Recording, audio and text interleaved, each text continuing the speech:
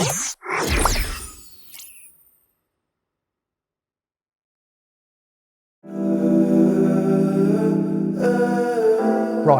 we're nearly there.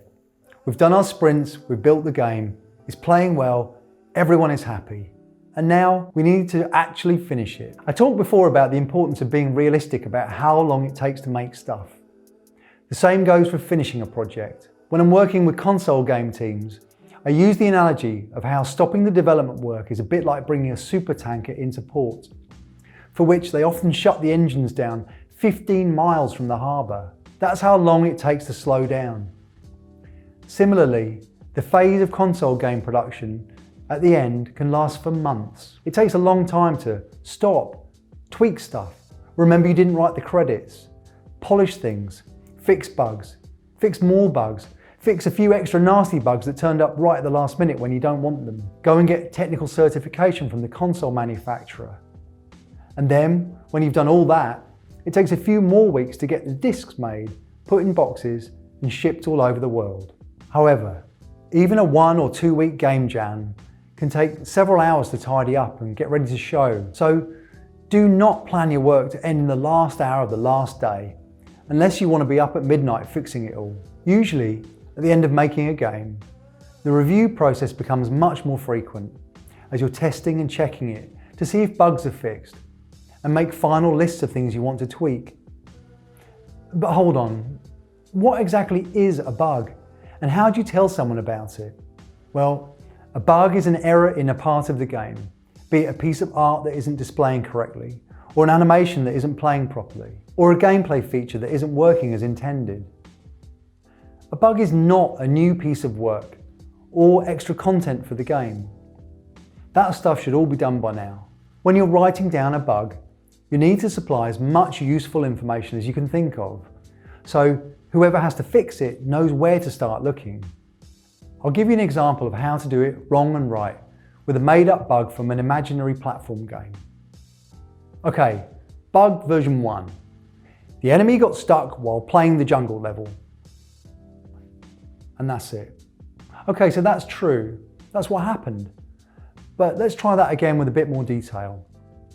The bazooka enemy got stuck against the palm tree halfway through the jungle level while playing in 2-player mode with main characters 2 and 3.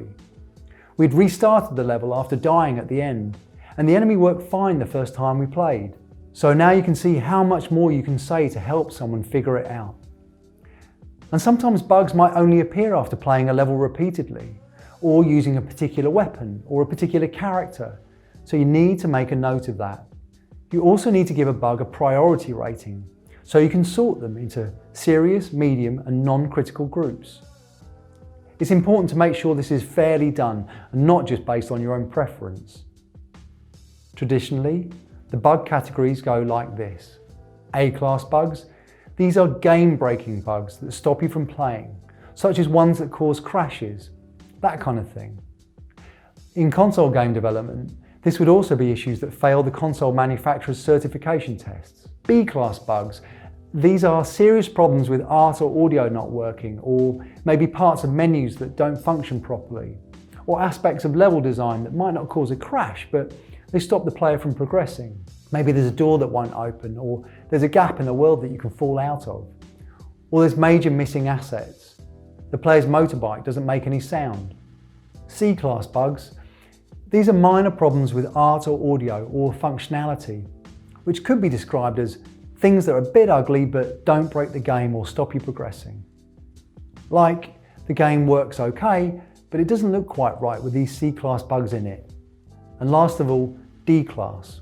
This is usually where all the "it would be nice if the game had this little tweak" type stuff ends up. It's the nice to have stuff, and a few bits of it might get done if someone has a spare half hour to do it. When you're reviewing bugs as a team, you need to go through a process called bug triaging. If you've ever needed to go to an A&E department, you'll know that they have a triage nurse who meets you, who will go through your injury or ailment and help the hospital decide how urgent your case is and which doctor needs to see you. Going through bugs is kind of the same. You need to discuss them together, check the priorities, and mark on them who is going to fix them. You might also decide that you can live with some of the bugs not being fixed, You can mark these as won't fix, or even decide you don't agree that they're even valid bugs and just reject them outright. And eventually, when you have no A bugs, ideally no B bugs, and as few C's as possible, you have a finished game. Congratulations.